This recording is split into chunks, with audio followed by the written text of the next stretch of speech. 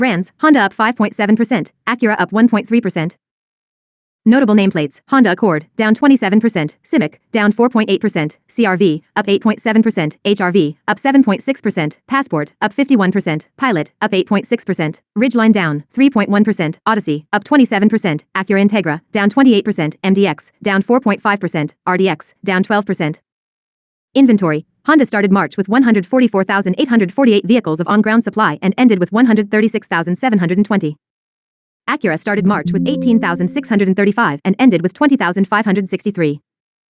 Last year, Honda ended the month with 116,496, Acura ended with 22,741. Did you know? In March, sales of Honda's Odyssey minivan surpassed sales of 10,000 for the first time in 6 years. Quote, "Our sales momentum is based on a flexible strategy of offering fuel-efficient petrol, hybrid electric and battery electric models to meet the needs of our customers, and the sales results validate that approach," said Lance Wolfier, Vice President of Auto Sales at American Honda Motor Company. Title, Volvo sales fall 10% in March as EV demand dives. Content. Stockholm, Volvo sold 70,737 cars in March, down 10% from a year earlier as sales of full electric cars tumbled, the Sweden-based company said. Volvo, which is majority-owned by China's Geely, said in a statement sales in Europe were down 9% while in the US and China they were down 8% and 22%, respectively. Sales of battery electric cars fell 26% to account for 19% of total sales, while sales of electrified cars as a whole, also including plug-in hybrids, were down 9% to 43% of total sales. Volvo said the XC60 SUV was its top-selling model last month. Volvo announced on March 30 it had brought back former CEO Håkan Samuelsson to head the company for the next 2 years at a turbulent time marked by mounting tariff pressures, replacing Jim Rowan, who has run the group since 2022. Title, Dealership burglary suspect calls police for help after injuring himself on glass. Content. Police in Texas got a call about a burglary in progress at a Stellantis dealership from the suspect himself. A man reportedly broke into Patterson Chrysler Dodge Jeep Ram by throwing a rock through an inch-thick double-pane window. But police said he badly injured himself while getting inside the showroom and couldn't find another way out. He said he had broken into the Patterson Dodge dealership in an attempt to steal a car but was unable to get out of the building, Andy Erbaugh, public information officer for the Tyler Police Department, told Fox News Digital. He had cuts from breaking a window at the dealership and crawling through it. Police took the suspect, identified as 38-year-old Jeremiah Megalon, to a hospital for treatment before booking him into jail, according to TV station KLTV. The dealership reported no damage besides the shattered window. An employee told KLTV that the only thing taken was candy from a salesperson's desk. Unfortunately for him, there were several unlocked doors he could have used to get out, Erbaugh said. After 26 years here, truth is stranger than fiction. Title, California has nearly 50% more EV chargers than gas nozzles. Content. California has 48% more electric vehicle chargers than gas pump nozzles in the state, a milestone that highlights its steady march toward an electric future despite headwinds from the federal government. California had 178,549 electric vehicle chargers in 2024, compared with the California Energy Commission's estimate of 120,000 gasoline nozzles. Last year's total also amounted to a 70% increase from 2023's 105,012 chargers.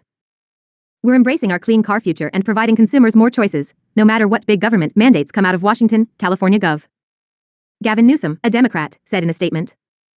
California's updated charger totals, announced March 20, highlight a growing rift between the state with the largest number of EVs in the country and President Donald Trump's administration, which has pulled back several EV incentives and threatened California's zero-emissions vehicle push. The California Energy Commission in December approved a plan to invest $1.4 billion in zero-emission vehicle infrastructure projects, including vehicle chargers. In March, the state's Attorney General, Rob Bonta, issued a legal alert reminding localities of their obligation to streamline and expedite the permitting of EV charging stations. Of the state's more than 178,000 EV chargers, nearly 17,000 are fast chargers.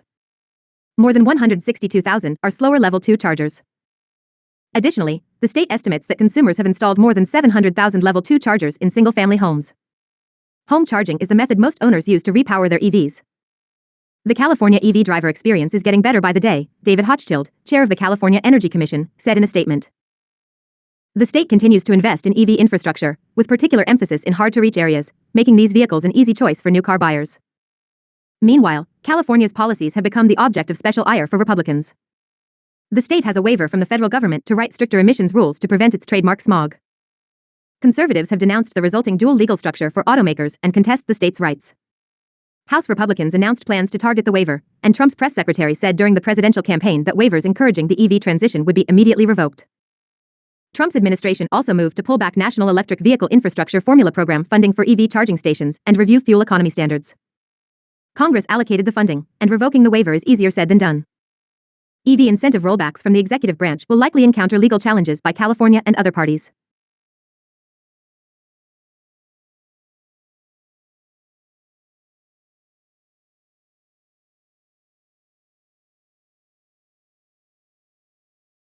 Title: Tariffs helped lift Q1 auto sales.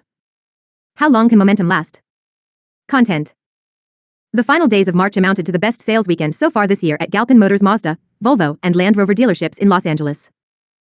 Business boomed, in part after Galpin CEO Bo Boakman emailed customers to say President Donald Trump's looming 25% tariffs on imported autos soon could push new vehicle prices higher, though inventory already on the lot wouldn't be affected. "I don't know how long the inventory we have now is going to last that doesn't have the tariffs on it," Boakman said. "I'm taking my own advice. My daughter's getting a new car here within the next day or two, which is earlier than I would have done it." U.S. consumers, spooked by the threat Trump's tariffs pose to prices and availability in the coming weeks and months, gave a major lift to retail and overall new vehicle sales in March and the first quarter. The seasonally adjusted sales rate soared to 17.8 million for March, according to Motor Intelligence, the highest since April 2021 and above forecasters' initial expectations as concerns about economic uncertainty gave way to a sense of urgency.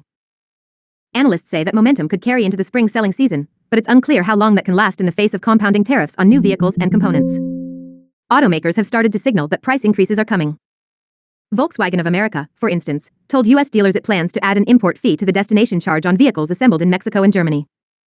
Until March, it appeared that consumers were largely content to wait on the sidelines and assess what might develop regarding tariffs, rather than rush to make a purchase. That changed last month, David Oakley, manager of America's sales forecasts for Global Data, said in a statement. While sales appeared to be robust throughout March, there was a notable surge in the final weekend after the picture regarding tariffs became clearer, Oakley said. The concerns that many within the automotive industry have expressed for months now appears to have crossed over into the public consciousness. Automakers broadly benefited from the sales surge. March retail volume rose 19% at Ford Motor Colorado, 15% at Hyundai and 25% at Kia. March sales overall were up at Subaru, Honda Motor Company, and Toyota Motor Corporation. General Motors racked up a 17% first quarter sales gain, with double-digit increases at all four brands and retail deliveries advancing 15%. Nissan and Mitsubishi also posted first quarter sales increases. Sales at Stellantis, in contrast, fell 12% last quarter for a seventh straight decline, though the company said retail deliveries remained level year over year, with growth at Jeep and Ram.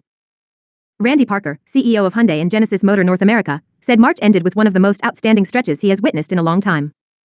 "It's probably the best weekend that I've seen since Cash for Clunkers," Parker said, referring to the 2009 government incentive that spurred consumers to trade in aging gas guzzlers for more fuel-efficient new models. "Lots of people rushed in, last weekend especially, to try and beat the tariffs backslash." Hyundai Motor Company CEO Jose Munoz said April 3 at the Seoul Mobility Show in South Korea that there are no plans to raise prices in the United States at this time.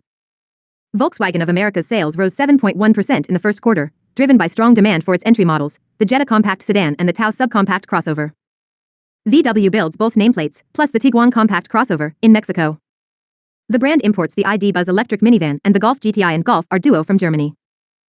Hein Schaefer, VW's senior vice president of sales operations for the U.S. market, said the automaker saw the pace of consumer purchases accelerate in the last 2 days of March.